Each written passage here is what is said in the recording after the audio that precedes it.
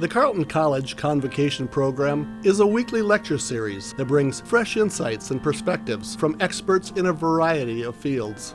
The program has a rich history dating back several decades. The selected Convocation speakers assist the liberal arts mission of centering thoughtful conversations within education and beyond.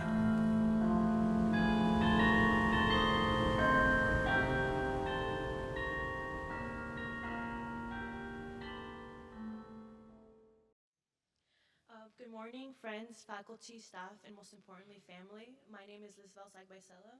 And my name is Evelyn Ponce. And we're both senior chemistry majors. So far, of the 73 declared chemistry majors currently on campus, none, as far as we know, have interacted with the type of science this week's Convo speaker works with. So what kind of science is that? Ice cream, of course. It is our honor to introduce to you Dr. Maya Warren. Dr. Maya received her bachelor's degree right here at Carleton, and she was part of the graduating class of '07. She proceeded to receive her PhD in food science at the University of Wisconsin-Madison, where she specialized in the microstructure, sensorial, and behavioral properties of frozen aerated desserts. So in other words, she knows all things ice cream, how to make it taste good, melt less, and feel smooth. A lover of ice cream, science, and a previous business minor, she has trademarked the name Ice Cream Scientist. Literally. Though she's found joy in this career, she originally wanted to be a flavor chemist and even sought an internship at Malto Meal, now known as Post, her senior year at Carleton. Her experience there led her to reflect on the one food that she could dedicate her work to, ice cream. A co-founder of Ice Cream for Change, a platform that unites ice cream makers and lovers around social change and civic engagement, she enjoys using ice cream as a means of making a difference. She now owns her own ice cream consulting company in which she helps develop new flavors and formulas and advises on manufacturing on a global scale. One of her clients is Dr. Bombay, an ice cream brand co-founded by Snoop Dogg. And yes, she does have samples, so if you want to stop by Anderson Atrium between 1:30 to 2:30 p.m. today, you can try some. Still, though all of this is part of what makes Dr. Maya, she has a lot of other fun traits that I find inspiring. She's a winner of the Amazing Race, where she's still the reigning two-woman team champion. She's an avid marathon runner and a travel enthusiast. So there's a lot that she's been able to accomplish. She has credited Carleton in teaching her that she can do anything, to think and know that she can, leading her to her sense of creativity. After meeting her for some time, she said, "Nothing is too wild or too grand as long as you have the heart." As an awe-inspiring businesswoman and chemist at heart, we are eager to explore what the field of chemistry has waiting for us post-Carleton. So without further ado, please welcome back Carleton's very own ice cream chemist, Dr. Maya Warren. Yeah.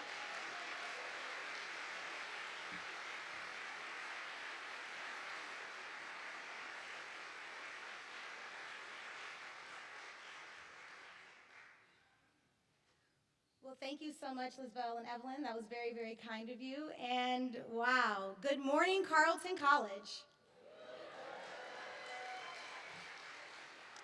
It is not only my absolute honor, but my sincere pleasure to be here today. I remember as a freshman coming to opening convo, and as a senior sitting upstairs coming to my senior convocation, and it's almost surreal for me to be here today and to see faces in the audience that I grew up with here at Carleton. So thank you all so much for having me, and thank you in advance for listening to For the Love of Ice Cream. So today we're going to go over background, what in the world is ice cream anyway? We eat a lot of it, but some people don't really know what it is and often have questions of gelato versus ice cream versus frozen custard, and what is it really? And then going from an idea all the way to retail, and kind of how I look at ice cream, and going through a race of a lifetime, looking at things through a different lens, and a bit of a Q&A at the end.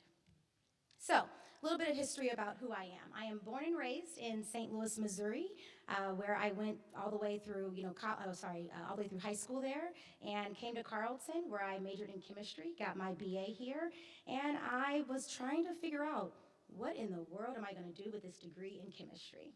And if the people in here a little older remember, back in 2007, we were going into a recession. And I didn't quite understand I didn't quite know what I wanted to do. I just knew I needed probably another degree because I was competing against people who weren't retiring at that point because of the state of the US. And so one day I was over at my best friend's house in college and I was watching a show called Unwrapped. Who's heard of Unwrapped? Yeah? They go into, on this show, they go into factories or flavor labs and they show how food is made, sort of behind the scenes. In this particular episode that I was watching of Unwrapped, they went into a flavor chemistry lab and they were making soda taste like traditional parts of the Thanksgiving meal. So they had green bean casserole flavored soda, they had cranberry sauce flavored soda, mashed potatoes and gravy flavored soda, and I was like, oh my gosh, how disgusting is that? But how amazing. I was already getting my BA, on the track to get my BA in chemistry. It's like, well, I could become a flavor scientist. I could become a flavor chemist. Why not? And so that's really what sparked my initial interest in food science. Then I remembered, wait, I've done these analytical chem labs where I was looking at some Cheerio lab and a wine lab, and I was like, I've already been doing this food thing. Maybe I could turn this into something. And so, given the fact that Carleton does not have a food science department, I went to my professor, Steve Drew, and I said, Steve, I want to become a food scientist, or maybe I said I want to become a flavor chemist. I don't remember which one I said. So he was like, okay, I'll help you figure out how to do that. And so some way, somehow, I don't really remember, it's been almost 20 years. I ended up getting an internship at Malto Mill, which is now Post, but you still smell it. I smelled it the other day, so you still smell it. But I did an internship there where I was measuring the viscosity of cereal slurries. Yeah, yeah, was just really not the most interesting thing. However, it taught me what I did not want to do. It taught me that I did not want to measure the the viscosity of cereal slurries for the rest of my life. But it also showed me and taught me how much I really love the science of food. And so, when I was about 20, I asked myself, well, Maya, what food do you love so much? I guess you all are laughing. I guess you already know. What food do I love so much that I literally could look at it, could research it, could eat it, could taste it, and could talk about it for the rest of my life? And well, that food is ice cream. And so I sought out to go to University of Wisconsin-Madison, where I majored in food science, minored in business, and did my research on the microstructure, sensorial, and behavioral properties of frozen aerated desserts. We'll get more into what that really means a little bit later. And so I figured that I was going to do what I love and love what I do for the rest of my life. In 2015, graduated with my PhD. And so now, as mentioned, I'm an ice cream scientist, and I've done quite a few different jobs, or I like to say lifestyle changes, because I believe ice cream is my lifestyle. And I've worked for Cold Stone Creamery on their international side, traveling the world. I've traveled to countries like Kenya, Brazil, Egypt, Pakistan, Thailand, Japan, helping to build dairies, helping to establish ice cream manufacturing in those countries, as well as making local flavors. No matter where you are in the world, people love ice cream.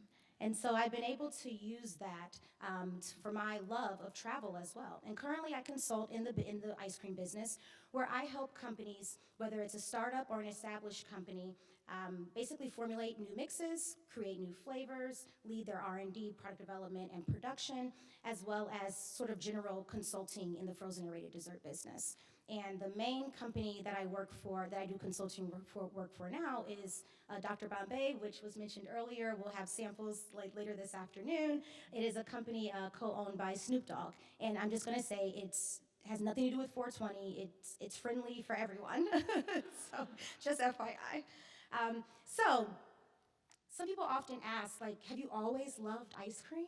And I had to think about that because when I came to Carleton, I actually was a bit of a health nut, more of a health nut than I am now. And I was like, I'm not eating ice cream, I'm not eating candy. I was very, very strict. But then I remember back to this bright-eyed, bushy-tailed little girl sitting on the living room floor when I got my first Easy Bake Oven. Easy Bake Oven, anyone? Woohoo, yeah, light bulbs, heating up concoctions. Absolutely was thrilled to be able to create. So that's where my love for creating really first started. But then I remember probably a few months later, my parents, maybe I asked for it, I don't remember, I was about 6 years old. I got a little ice cream maker. And I remember sitting on the floor, ripping open the contents of the package, pouring out some powder mixture, have no clue what it actually was, added some milk or water, whatever it, I guess my parents gave me to add, stirred it up, had some rock salt and ice, and I was churning my very own ice cream for the very first time. And let me tell you, it was absolutely horrendous. It tastes like salt because the brine solution must have leaked out somehow. But I was just so proud of myself. And I remember that as I went through my career on how I sort of fell in love with this food. And luckily, I no longer make ice cream the way that I did when I was 6 years old. I've definitely advanced, and it really didn't matter that it didn't taste good. It was just the fact that I was creating something that I loved. And now I'm gonna get into creating what I love at its core. So ice cream, for those who don't know, who loves ice cream? Woohoo, yeah. For those who don't know, ice cream is, by legal definition, has to have 10% or more milk fat. That's a legal definition set in the United States. There's legal definitions depending upon where you are in the world, but in the US, we have to have 10% or more milk fat. Typically, ice cream is made via an ice cream mix. So that ice cream mix will come in via different dairy ingredients. You might have cream, sometimes butter, and people are like, butter's in ice cream? Yeah, sometimes it is. You just don't know that it's butter. It's just the fat's been melted and sort of redistributed in a way. You've got water, if you need to add more water to it. You have sweeteners, emulsifiers, stabilizers, and flavoring eventually comes in. But these ingredients get mixed together, they get pasteurized, homogenized, cooled, and eventually get ready to make ice cream. And so to make ice cream, show of hands, who has made ice cream at home on a home freezer? Using rock salt and ice, which is what is actually called a brine solution. So this brine solution is a great way to make ice cream. It tastes really good, but the next day or so, it's a little hard. Yeah, I see some head shaking. It's a bit icy, and that's mostly because of the time it took to freeze. It takes maybe about 30, 45 minutes or so to freeze on a brine solution, versus if you go to a continuous freezer, which is where your pints of ice cream in your grocery store are typically made, that will take maybe less than a minute in the freezer. So you've got a massive difference in time, and we call that resonance time. So your home freezer is still gonna create delicious ice cream, it just won't have the same type of microstructure, which we'll get into. So when you have your ice cream mix, you pour it in your freezer, you end up getting out a really cool concoction that is a solid, a liquid, and a gas all at once. It's one of the most complex foods because of that, and it's one of the foods that we actually eat in the state in which it's been delivered to us without altering it. If you alter ice cream, meaning if you heat it up, put it on the counter, leave it out too long, it's been in the car too long, and it's all melted, guess what? I see a head shaking already. You can never reverse it back to what it was. And that's a really intriguing thing about ice cream. And some people might get upset, like, oh man, I wasted my ice cream. It just won't be the same. The ice is all melted, the air has collapsed, and so it just will never be the same. And so within the ice cream itself, I just want to show you what it actually looks like under the microscope. So here's, with the research that I did at UW-Madison, here's some images that I took of what ice crystals look like under the microscope, air cells, and what we call partially coalesced fat, which I'll get into a little bit later. But this is the structure, or the microstructure of ice cream, and all of that is sort of dispersed in what we call a serum phase. And this serum phase is really important because it's basically a supersaturated water, sugar, protein mixture, kind of all mixed together, that actually doesn't freeze because it's so saturated. And because it doesn't freeze, ice cream actually has free water sort of floating around in it. And it sounds weird to say, well, it's frozen, but yet there's free water, but that's the cool and the complex nature of ice cream itself. And so when you have ice cream mix, you're gonna put it in the freezer. There's something called a dasher. So that blade that you pulled out of your home freezer that you then put back in and pour your mix in, that's what we call a dasher. That dasher is very functional. It not only scrapes the barrel of the freezer where the ice is starting to form, because you've got that transfer of cold coming in from your refrigerant, whether it's a brine solution or Freon or something like that, and you've got that dasher spinning, which whips in air. So that's how air gets trapped into ice cream. It can get injected on a continuous freezer, and you can control what we call overrun, or the amount of air in ice cream, or it can get whipped in. That will happen in a situation like this, or like in a batch freezer. And out comes this microstructure. So when you're making ice cream, what actually is occurring is first you have the water starting to turn into ice. How it works is the viscosity starts to increase of the mix. When the viscosity increases, you're then able to start trapping in air. Without that viscosity increase, because the water turns into ice, you can't trap in air. So all of it really works hand in hand together. And when you're also spinning that dasher, scraping the blades, forming ice, you also end up having shear forces. Those shear forces is what causes this phenomena of partially coalesced fat. So imagine having two fat globules and you're sort of floating around and they're sort of bumping up against each other and they fully coalesce to make one huge fat globule. That would be like making butter. But in this case, in ice cream, because of the temperatures at which we're freezing, the draw temperature of ice cream is typically around like 20 to 21 Fahrenheit. So it's a much colder temperature, and because of that, what ends up happening is you have all these fat globules in your ice cream mix that are bumping up against each other and having shear forces of the dasher as well as ice crystal formation that cause them to still want to merge together. But that merging together is actually hindered by a crystalline fat network inside of the fat globule itself. So the fat globule, because of the temperature at which we're freezing, ends up with crystalline fat on the inside. That crystalline fat is what hinders that full coalescence from happening. So we call that sort of arrested coalescence or partial coalescence, and that coalescence or partial coalescence is what we attribute to creaminess in ice cream. So we highly desire it to happen, but we don't want it to over happen because then your ice cream can become greasy. If you've ever had greasy ice cream, it sort of feels like chapstick on the roof of your mouth. Yep, It's greasy because it's basically been almost over churned. Or maybe the right ingredients weren't used for the residence time in the freezer. There's all different ways that you can make ice cream amazing, and all different ways you can really screw it up. But here's sort of, when you look inside of it, that milk fat becomes partially coalesced fat when you go from mix to ice cream. That water, of course, as I mentioned earlier, turns into ice, and then that air is able to get trapped in. And so for a lot of my research and a lot of what I still look at today is I look at how ice cream melts. And I promise you, it's a little better than watching grass grow or paint dry, but it's like not that interesting. It's literally just like watching something melt. But what was interesting and how I was able to do this for nearly 6 years is the findings that I'm able to learn and how different ice creams can be. So I have two different ice creams here. Both have about 14% milk fat, which I just want to preface with that.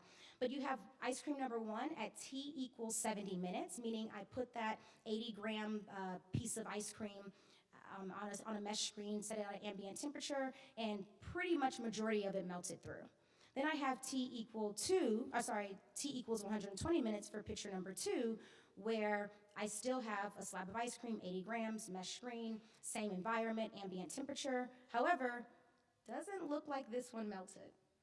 But I promise you, it melted. It's at ambient temperature. But what happens is you end up with so much microstructure, so many fat globules, air cells, where the water can no longer seep through. So it basically is like an hourglass with sand that gets sort of stuck and the sand can't go through anymore. Imagine that within why this ice cream looks like it's not melted, but it actually is. So what that looks like sort of drawn out is ice cream that is, kind of almost looks how we would imagine it. We've got air cells, ice crystals, fat globules, and the product is melting. This is what we would automatically think would happen with ice cream. But when we go to number 2, we end up with something where there's so much blockage because of the microstructure that's there that the water can't go through, the air cells can't collapse. And so I don't know if anyone remembers, a few years ago, people were saying, oh my gosh, my ice cream sandwiches didn't melt. They were outside and they didn't melt. They did melt. But what happens is there's ruminant foam because of the microstructure, but I promise you that the ice is no longer there. I promise you that. And so this is what I find very fascinating in the world of ice cream. Because ice cream, we can't see through it. So we sort of just have to picture what actually occurs and make correlations to not only sensorial things, but also behavioral. So behavioral aspects of the way the ice cream actually melts. And so the impact of all of this microstructure is actually really critical to how we think about ice cream. Or how we taste ice cream, I should say. So we have air cells. We need those air cells in the ice cream because they actually help resist collapse, and they provide a lighter texture, which is really, really important. So if you go to the grocery store, you get a pint of Haagen-Dazs, and you get a pint of Edy's. Edy's is very light. It has more air inside of it. Haagen-Dazs is much more dense. So Haagen-Dazs is gonna cost more, has a little bit more fat, but you're also paying for less air, I guess in a way. But that's why sometimes with Haagen-Dazs, you might leave your pint on the counter for a little bit to let it kind of thaw just a tad versus Edy's or a similar product, you can scoop right away. And then, of course, you have your fat globules. Already talked about how that attributes to creaminess, sort of smoothness of the product, and the overall mouthfeel. And then, of course, ice crystals. It allows the product to melt, sort of readily melt in the mouth. And so the microstructure is very, very critical when we are consuming ice cream and just honestly enjoying the treat any day of the week. And so what I love most about my science is how it can be applied. Whether I'm talking to a 5-year-old or an 85-year-old, people really do understand sort of the science of ice cream, depending upon how I can break it down. And this is just an example of going from an idea all the way to having a finished product in the grocery store shelves. But let me tell you, there's maybe 1 in every 10 products makes it to grocery store shelves. And then after that, maybe not even half of those would even last long term. So the amount of R&D, the amount of product development that is done to create products in the grocery store shelf, you don't even see majority of it, because majority of it actually never makes it there. There's a lot of work, whether it's cereal, whether it's potato chips, whether it's a new fruit drink or anything, there's a lot of R&D that goes into it, and that's what I spend a lot of my time doing, trying to perfect the product, so that you, at the end of the day, the consumer, love the way it tastes, but also love the way it tastes repeatedly. So it's about repeatability, but it's also about health. So making sure that it's safe to eat, making sure that the shelf life lasts. There's a reason why we have shelf life or best buy dates on products, because we want it to last over a certain period, but it's not gonna last forever. And so I just wanna show you really quick what it looks like to make ice cream on a full-scale production.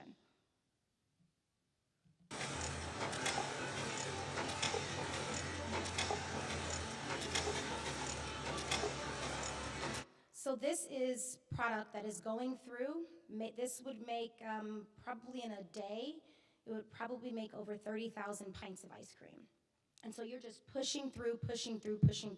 And so in the food world, we don't make just little bitty amounts and say, okay, we're making massive pallets worth of product to be able to feed not only the state, the city that you live in, but to feed the US and sometimes the world. But this is a lot of what I do, going from idea with having an idea of a product, maybe perfecting a liquid mix or the liquid ice cream base, and then all the way to flavoring it and to developing it and launching it on a large scale. And so I often get asked, why ice cream? Why? And for me, it actually goes pretty deep. It really is where my desires and my passions collide. And it's more than just a cold sort of sweet treat. For me, it's a really fascinating science that we often take for granted because it's like, oh, I just want ice cream. And most people don't even realize how intricately ice cream is woven. And it's also a blank canvas. As a scientist, I also consider myself an artist. I'm an artist in the kitchen where I take my blank canvas of ice cream and I throw whatever I want to be thrown at it. And I'll be honest, sometimes what I throw at it is really good, and sometimes what I throw at it, I shouldn't have thrown it because it's really bad. I mean, I've had ketchup ice cream before, and it's how you think it is. It's not good. So there's just some things that should never be thrown at ice cream. But that's the beauty of it, is that you can create it into anything that you want it to be. And it also is like water. It can take on the shape of anything you desire it to take on. And that's just a really cool sort of art that I've learned over time. But beyond that, I look at ice cream as great opportunity. It's led me down roads that I never knew even existed, and we'll talk about that in a bit more detail. And on those roads, I began to realize that ice cream is actually my skill set, it's my talent. If there's people, athletes out there that, are so talented musicians, why can't I be just as talented in ice cream? And so that's how ice cream is viewed for me.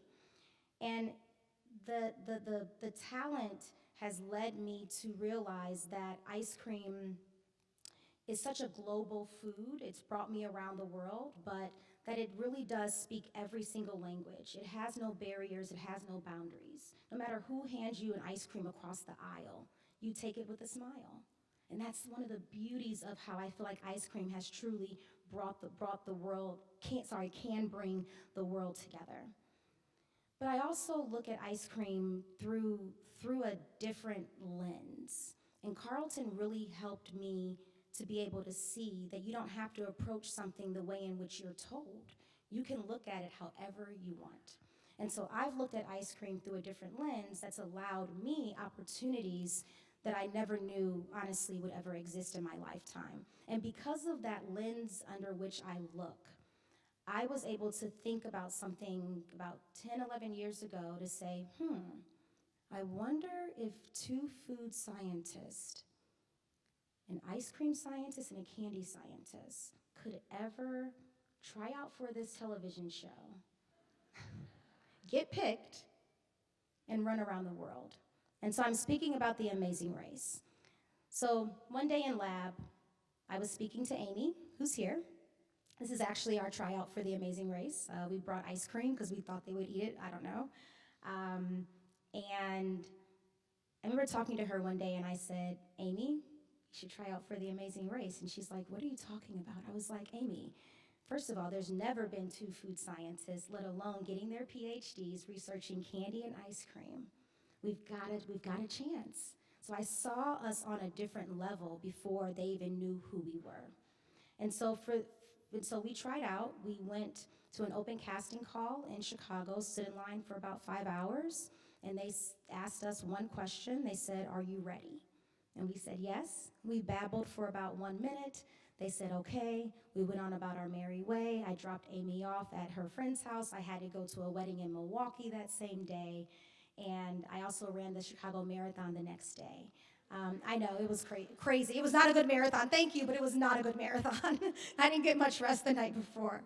But this is sort of how we started. And this is back in 2013, I believe, 2013. And so if you don't know what The Amazing Race is, that's okay. I'm here to tell you all about it. So you take 11 or 14 teams of 2, and you basically have some sort of relationship, whether you are friends, whether you're parents, or a married couple, you are mom and dad, mom and son, or whatever it might be, some relationship, and you're literally racing around the world. It's like a scavenger hunt all around the world. And your goal is to finish. Your goal is to finish every leg and just not come in last. You don't have to come in first all the time. You just don't want to come in last. And so you might ask, well, how in the world do you even prepare for something like this? Well, they don't tell you how to prepare. They just tell you what not to pack. That's literally what we got, was a slip of paper saying you cannot pack a cell phone, you cannot pack notes, You can't have a GPS, you can't have any maps, you can't have any tools or any weapons, and you also can't have any money. So, how do you prepare for something that's so unknown? And so Amy and I were like, well, we got to get fit because we knew that it was going to be physically grueling. And so we did Insanity. I love Insanity. I still actually do it today. It's such a good workout. We did Insanity. We also did a lot of just studying maps. So in order to prepare for the Amazing Race, you have to get vaccines. So we got our vaccines. We knew which vaccines we got. We realized we did not get yellow fever vaccine. So we knew we weren't going anywhere that you had to have a yellow fever vaccine. So that was we were already able to eliminate some places with just that knowledge. And then a lot of the Amazing Race is self-driving, so you got to know how to drive stick shift. So luckily, I already had a stick shift car, so I taught Amy in Madison how to drive a stick shift. We also did some orienteering. This is us in Deer County, up in Wisconsin. And we watched so many seasons of the Amazing Race. My Lord. I mean, we watched seasons over and over and over again. And at that time, there had only been 2 female teams that won in those 24 seasons. So we studied and we made Excel spreadsheets and all these notes on like why females weren't winning and what we could do differently. And we also did luminosity. We tried to just keep our brains really sharp. We also did, if you remember as kids in grade school, those time math tests. We did those all the time. The amount of minute to win it games that we did in lab were kind of obnoxious. But we just tried to prepare ourselves for anything and everything that could be thrown at us. And so we got picked to go on the Amazing Race after about 8 months of a lot of paperwork, 144 pages of paperwork, background check. I had to call Carleton and ask them what was my dorm number my freshman year. I was in Norris, I was in 4th Norris, but I had no clue what the number was because they wanted to know everywhere I lived for the past 10 years at that time. And I was like, I don't know. I was in a dorm. And so we set off for literally an adventure of a lifetime. And we were up against people that we would consider pretty top-notch. We had people that were pro wrestlers, pro surfers, people that were cyclists for a living. I mean, we were like, wow, like these people are pretty, physically tough. But so much of the race is actually mental that you don't necessarily get to see all the time, but that's where Amy and I were able to kind of pull ahead at times. But here's just a quick little video of myself and Amy. Amy and Maya from Madison, Wisconsin. We're here to show the world that scientists are so much more than lab coats, beakers, and goggles. Let's get it on! Typically, scientists are portrayed as these really nerdy, awkward people Oh my God, I who don't live know how in to the socialize. lab and don't Oh know my how to talk to God. people. And in reality, scientists are so much more than that. So part of this is also showing people that we can have personalities. Oh my gosh! Out of control. Hi, I'm Amy DeYoung, and I am a PhD student at the University of Wisconsin. Hi, I'm Maya Warren. I'm also a PhD student from University of Madison, Wisconsin. We're the scientists, and we're so much more than lab coats, beakers, and goggles. Whoop whoop, let's go, let's get it! Well, we want to be on the Amazing Race. We're sort of basically reaching the highest accolade in our field already, and we're both getting our PhDs, and so this is a challenge sort of outside of the lab, outside of the scope of science, and challenge ourselves in a way that we haven't before. We're really good with handling lots of details, and the race is about getting a clue, trying to figure it out, looking at a situation. Really, I mean, you're analyzing the data. Yeah, you're analyzing data, you're making a decision, and you're moving forward. Also, stay cool under pressure, and that's something that we've been able to do with getting our degrees. It's something that we sort of kind of pride ourselves on, especially being able to troubleshoot and not getting flustered, not giving up. So some of the negatives that could come up is the fact that we overthink way too much. Everything. And both of us do it. She was very intense and excited and up here all the time, and I kind of more and I think that's a good match, because you can't have 2 people who are really relaxed all the time. You can't have 2 people who are really energetic all the time. Because we've worked together for years now, we sort of know how to balance each other. So she can bring me down, or I can bring her up if necessary, given the task. I basically just want to take it in stride and enjoy the ride. This is an literally amazing opportunity that we've been blessed with. So might as well take it for what it is. Can't believe that we're doing this. That's the hardest part, is really convincing yourself, in the next couple days we're going on the Amazing Race. But who wouldn't want to see 2 awesome food scientists race around the world? And so we set off. We went from New York to St. Thomas, U.S. Virgin Islands, up to London and Scotland. From there, we went to Copenhagen in Sweden. And from there, we went to Marrakesh, Morocco, did 2 active legs in Marrakesh, then went over to Sicily, Palermo, Sicily, went down to Malta. From Malta, we went over to Singapore. Singapore, we then went to the Philippines, Manila, did 2 active legs in the Philippines, and then we finished up in Los Angeles. And that is all in 3-week span of time, over 26,000 miles. It's kind of wild. 3 weeks ago, 2 doctoral students at the UW-Madison had the entire country on the edge of their seats during the finale of the 25th season of CBS's award-winning reality show, The Amazing Race. They were dubbed the Sweet Scientists. Amy DeJong and Maya Warren traveled 26,000 miles through 8 countries and 20 cities, and they won $1 million for their efforts. And today, we welcome them to Live at 5. Amy and Maya, you are the official winners of the Amazing Race.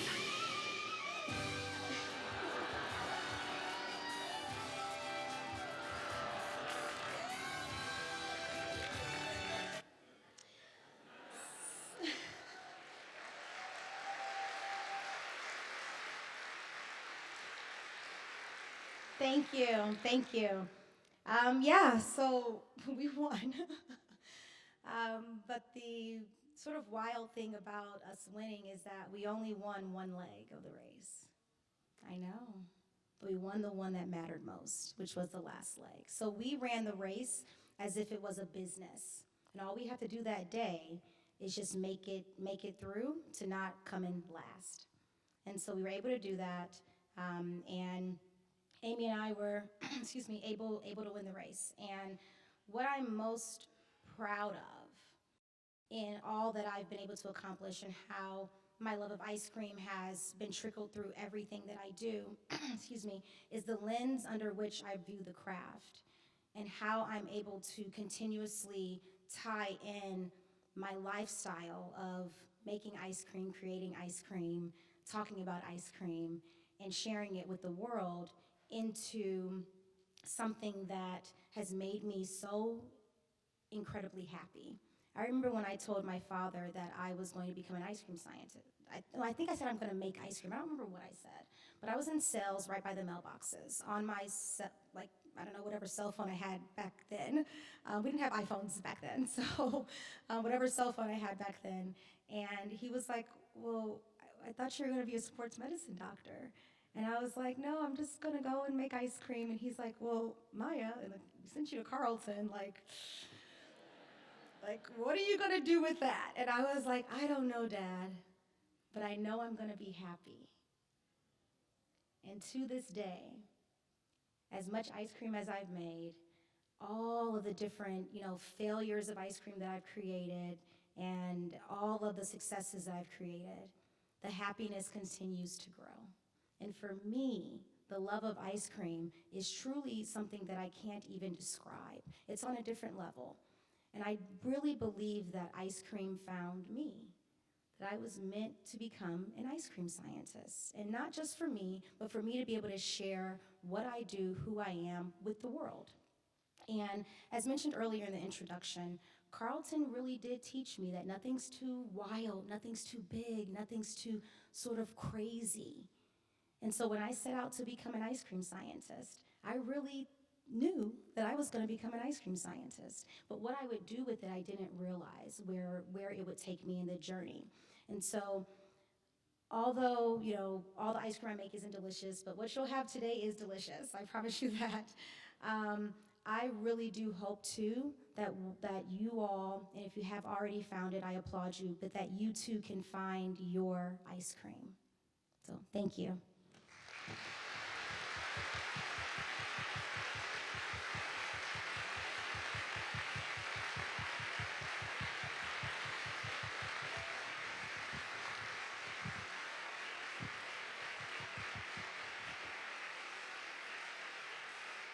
And thank you very, very much, Dr. Maya, for being with us today. We're going to get into Q&A, so get your questions ready. Give me 1 second. Wow, that is a record for hands up, just so you know. Just a couple announcements. As was mentioned, we are going to have ice cream sampling at 1:30 to 2:30 in the Science Center. Anderson Atrium. So first come, first serve. There's not like, there's thanks to Dr. Maya, there's a lot of ice cream, but nevertheless, there's a lot of people. So please join us there. Also, we do have a few seats left for luncheon. If you would like to join us for lunch in the Alumni Guest House afterwards, 12 to 1, delicious food and more time with Dr. Maya, please come see me directly afterwards. But now it's Q&A, and I think I saw my very first hand right here. Thank you for your presentation. What's the difference between the high-quality ice cream like Haagen-Dazs and the store brand ice cream? So the main difference that you'll see between high-quality products and sort of economy, which is kind of the store brand product, is typically the amount of fat that's used. So a Haagen-Dazs will have about like 14 to 15% fat. If the store brand economy is actually ice cream, it'll have 10%. Like it can't go lower than that. But it's also the quality of ingredients that are used and the amount of air that's pumped in. So your Haagen-Dazs will be heavier, denser. The more fat, the correlation is typically the more fat, the less overrun, or the heavier, the more dense your product is. On the flip side, you'll have a sort of lower quality ice cream that's maybe really delicious, but the texture of it is more like fluffy. So when I look at ice cream, I look at texture first, then I look at taste. Taste, you can create anything amazing or sort of taste good, but texture-wise, you can really mess up.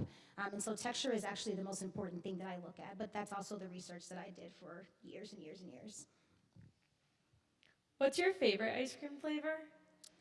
I don't know who asked that. Okay, there you are. Thank you. I was trying to find you. My favorite ice cream flavor, I often get this, and I will admit it does change. It's like asking who your favorite kid is. It's like a really special thing. So it does change, excuse me, it does change a lot. But my favorite flavor today is cookies and cream, which I often go back to. I'm not going to act like I don't. Woohoo, yeah. But if you're applauding, that means you are also a lover of soggy Oreos, because what happens is with that serum phase that you just learned about today, that free water migrates into the outer side of that Oreo, the outer barrier. There's no fat coating on that cookie, and so what happens over time is that Oreo gets soggy or has moisture migration, and I think it's impeccable. I just love it. Just gives me chills. Talking about a soggy Oreo, but that's my favorite today. Hi, thank you. This was amazing. Thank you. There's been a lot more interest in media about ultra-processed foods, and so ice cream, unfortunately, is one of those. And then there are very few companies that seem to make ice cream with only a few ingredients, and it seems your talk kind of points to why that's difficult, but Haagen-Dazs famously had the 5 ingredients only, which they don't seem to advertise anymore. And I'm wondering, with the science behind it, if there's, why there doesn't seem to be more of a move in the market to fewer ingredients with fewer emulsifiers, or if that's really just a difficult process. It's a very good question, and I think it's sort of layered. Part of the reason is because when you look at ice cream, you look at it as a treat. It's not your staple food. I mean, it was my staple food in grad school. I ate it for breakfast, lunch, and dinner. There's good protein and good fat and good calcium. But when it comes to it, we don't usually look at that food as it has to be healthy. It's the treat. It's our cheat meal. So that's one of the reasons. Another reason is every ingredient that's put into ice cream outside of the flavor itself is very functional. And so in order to have a shelf life on ice cream can typically have a shelf life between 1.5 to 2 years. It's frozen. Nothing's going to happen. So as long as it stays, at the right temperatures under freezing conditions. So, excuse me, part of it is what you have to put in there for the functionality of it. But when Haagen-Dazs came out with the 5 ingredients, it was more marketing than anything else, because their vanilla really isn't that much more than 5 ingredients anyway already. But they use the highest quality ingredients. If you look at their package, they don't use stabilizers. But there is high fat and decent enough egg yolk in there that help the texture become the texture. And a lot of it comes down to cost. Some of these ingredients are cheaper to use, less expensive to use, and if we want the pint to be a certain price at retail, we want people to buy it, it has to be a certain cost. But you'll continuously, you'll continuously see changes. As the world becomes more educated in the food that we eat, the more changes you'll see. So right now, I know everyone is fully aware of taking out natural colors. By 2027, 2028, that's where we're going to be. And I think that's actually a great thing. But over time, other things will continue to make those changes as well. But I think a lot of it comes down to the fact that ice cream is a treat, and we don't really want to think about it. We just want to enjoy it.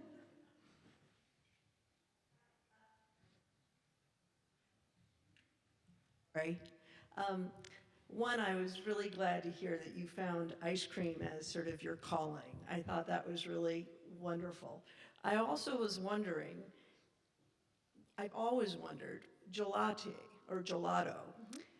It's sort of like the Italian version of ice cream. Maybe it is ice cream, regular ice cream, but it's almost like, it always seemed to me that it's sort of like a Jelly Belly versus a jelly bean.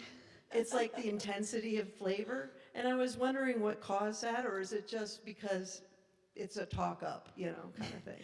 That's a great question. So a little bit about gelato, which I consider just a close cousin of ice cream. So gelato is not ice cream by legal definition for us, although it could be. So it's going to be a little confusing in a way. In the US, we do not actually have a legal definition of gelato. Oh. So that's why years ago, Breyers came out with like some kind of little gelato thing. I was like, what is this? I'm sorry, Breyers. So. I'm like, what is this? Because you can call anything gelato. Yeah, and us in the US. If you go to Italy, completely different story. In Italy, gelato tends to be less fat, so maybe it's 5% fat, 2% fat, 7% fat, less fat. It also tends to be denser, so a stiffer product. If you notice, you go to a gelato shop, it's spatulaed and not scooped, and it's because it's more dense. It can hold up to kind of make that flour cone, if you've ever seen those. And also it tends to just be a hair sweeter. But because it's lower fat, you can taste flavors more. Fat is a masker. Fat masks flavor. So if you're able to lower the fat, use a little less flavor, you can still get that punch. But gelato is also meant to be eaten fresh. I know there's Talenti, which is labeled gelato, but in Italy, it's fresh. Made that day, served that day, do it all over again the next day.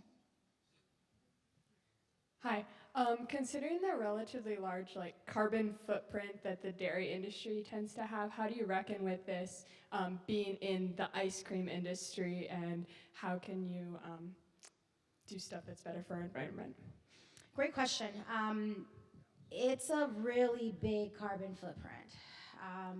And I'll be honest, to overcome that is really difficult because you've got to have the amount of energy to make the product in order to have that refrigerant come in and cool the barrel so that ice cream is made, and you can make an ice cream run for 10 hours a day in order to meet your quota. It's really hard to counter that. We've not been able to figure out anything to really counter that yet. But what can be done is, for instance, dairy. Where is the dairy being pulled from? How far are the trucks driving to get the dairy to the actual facility? Where your ingredients come from? Can you buy more local? But when it comes to manufacturing, and this isn't just related to ice cream, this is food manufacturing in general, the space that you occupy to be able to have a building to hold the number of pallets that you're making is pretty enormous. And in the case of ice cream, it's frozen. And you don't want it to not be frozen because then it's not the product that you made. So I think there's still a lot of work there. And what's being done today, I'll be honest, I don't know. But I do think that there's ways in which we as manufacturers can do better, and maybe that is, pulling local, not having trucks drive nearly as far, maybe producing sort of in the middle of a country or wherever, close to where you need to go, close to where you need the product to go to, will lessen the amount it has, But there's some brands that are everywhere. Like, you're not going to have a plant everywhere, so it's a bit of a battle. Hi, over here. So I'm a home ice cream maker. Ooh. Yeah, and I'd love some advice. So when I make it fresh, it's great. Yeah. And then once I freeze it, yeah, Okay, yeah. Yeah. So what can I do? Is there something I can add, or is it the amount of fat, or like why does it get so hard? It's ice at its core. There are a couple of things that you can do, just really quick. Are you making it on a Cuisinart, sort of like a? No, I got a fancy Italian. Ooh. Yeah, I know. I love ice. I love ice cream. So There's a with couple of things you can do. Your mix may not be balanced. Okay. If you're using one with a compressor, which it sounds like you Yes, are, yes. so your mix just may not be balanced. So you may just need to balance your mix out. So you might have too much water coming in, and I'm doing a talk for a chemistry class, a chemistry group later. If you want to come, I'm going to talk about that. How the importance of balancing a mix, so total solids versus moisture. You might have too much water, moisture coming in, not enough potentially sugar or your sweetener source. You don't maybe have enough protein coming in, enough solids coming in to balance your mix. So if you're using one with a compressor, I think it's your formulation. But I can talk to you about that. Okay, thank you. No problem. My assistant is right there, Samantha. If you want to connect with her, she'll get your email and we can continue to chat. Okay, awesome. No problem. So that was like the best chemistry lecture I've ever heard. Oh, well, thank you. Thank you. Also, I was wondering, sounds really weird. Okay, I suffer from a very rare disease called ice cream deficiency disorder, where my body does not produce its own ice cream. So I was wondering if you have any professional advice about that. Where your body doesn't want to produce its own ice cream? I don't know. I don't have any advice for that one off the top of my head. But thank you very much.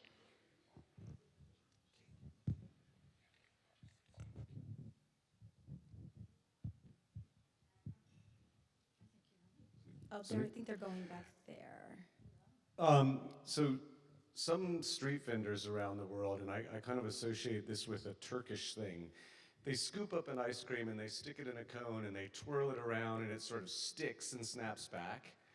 Is that safe to eat?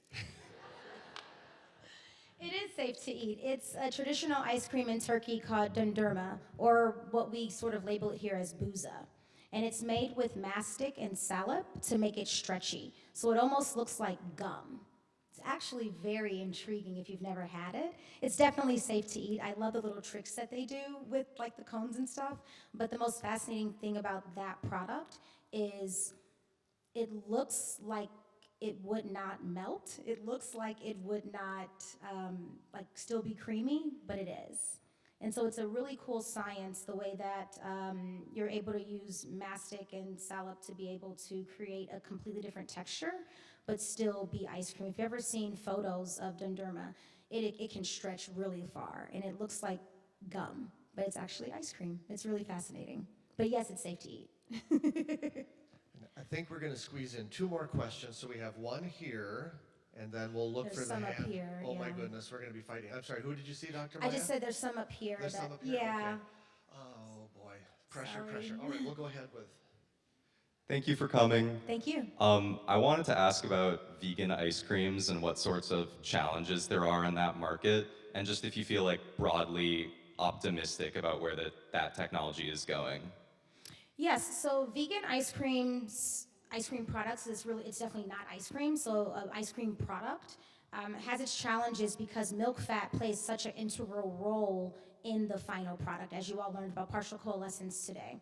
So the struggle that the non-dairy sector had, our vegan sector had in the very beginning, is that they were trying to use all different types of fat that don't behave like milk fat. If you don't have partial coalescence, you don't have that sort of creamy sensation automatically. So people try to counter that by using stabilizers, but then if you overuse that, it'll become slick and gummy, and that's also not a desirable texture. So what we've learned over time is the use of coconut fat or coconut cream. So coconut lipids behave very similarly to milk fat lipids in the sense that they partially coalesce at frozen temperatures. So if you're ever gonna get a non-dairy, I highly recommend coconut because it mimics milk fat the same.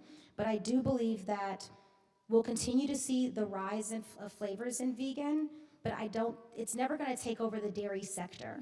Because I know that there's still people that technically should not be eating ice cream that still eat ice cream.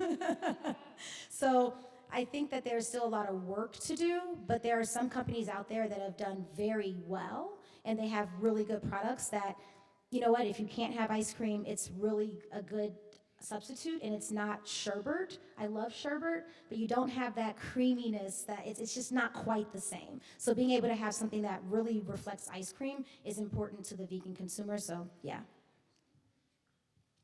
I was going to ask about your involvement with vegan ice cream, but I do have something to say that I thought was interesting. My parents are older and they love to have ice cream at night, and I kind of worried about that a little bit with the fat and the sugar and all that. And then recently I read a medical journal article about how seniors who eat ice cream before they go to bed are actually healthier. Oh, wow. So I thought I was happy for myself. That's amazing. I'll eat ice cream before bed every night now then. That's awesome. And due to the busy schedule today, we are going to bring Convocation to a close. Thank you so much, Dr. Maya, for being with us here today. Thank you all as well.